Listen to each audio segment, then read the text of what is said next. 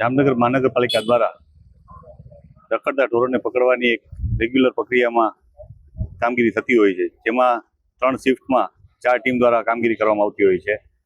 છેલ્લા 1 વર્ષમાં જોઈએ તો 4000 ઉપરાંતના ઢોર રોડ ઉપરથી પકડવામાં આવેલા છે. પરંતુ જે પોલિસી છે એ મુજબ તમામ ઢોર માલિકોએ જો તેઓએ ઢોર રાખવા હોય તો પોલિસીમાં જે નિયમો છે એ મુજબ લાયસન્સ અને પરમિટ લેવા ફરજિયાત છે. 1/4/2024 ની પોલિસી અમલમાં છે, પણ હજુ સુધી એક પણ લાયસન્સ માટેની કોઈ અરજી આવેલી નથી. જેના કારણે ઢોર માલિકોને ત્યાં જઈ અને ઢોર પકડવાની કામગીરી હાથ ધરવામાં 2 દિવસ પહેલા આવેલી હતી. તે દરમિયાન તેઓ દ્વારા 5 દિવસની અંદર જે ઢોર છે એને શહેરની બહાર લઈ જશે તેવી ખાતરી આપતા હાલે કામગીરી જે તે દિવસે બંધ કરી અને જે ઘાસચારા વેચાણ છે એના ઉપર કાર્યવાહી ચાલુ કરવામાં આવેલી હતી. જેમાં જે મોટા ડેપો છે એમને જઈ અને એ લોકોને 2 દિવસની અંદર ઘાસ વેચાણ બંધ કરવા માટે જણાવવામાં આવેલું છે.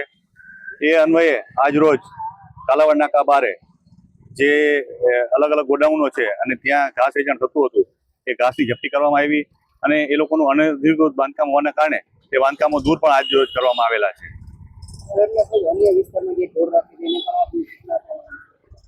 આજે અલગ અલગ સૂચનાઓમાં જોઈએ તો જે પંચેસર ટાવરની આજુબાજુ જે ઢોર માલિકો રહે છે તેઓને ફરી 2 દિવસ પહેલા પણ સૂચનામાં આપવામાં આવેલી હતી. આજ ફરી એ એરિયામાં જઈ અને સૂચના આપવામાં આવેલી છે કે જો તેઓ દ્વારા આ કામગીરી પૂર્ણ કરવામાં નહીં આવે તો રવિવાર બાદ કોઈ પણ સમયે તેઓના ઘરમાંથી અથવા તો એ લોકોના જે વાડાઓ છે ત્યાંથી ઢોર પકડવાની કામગીરી કરવામાં આવશે.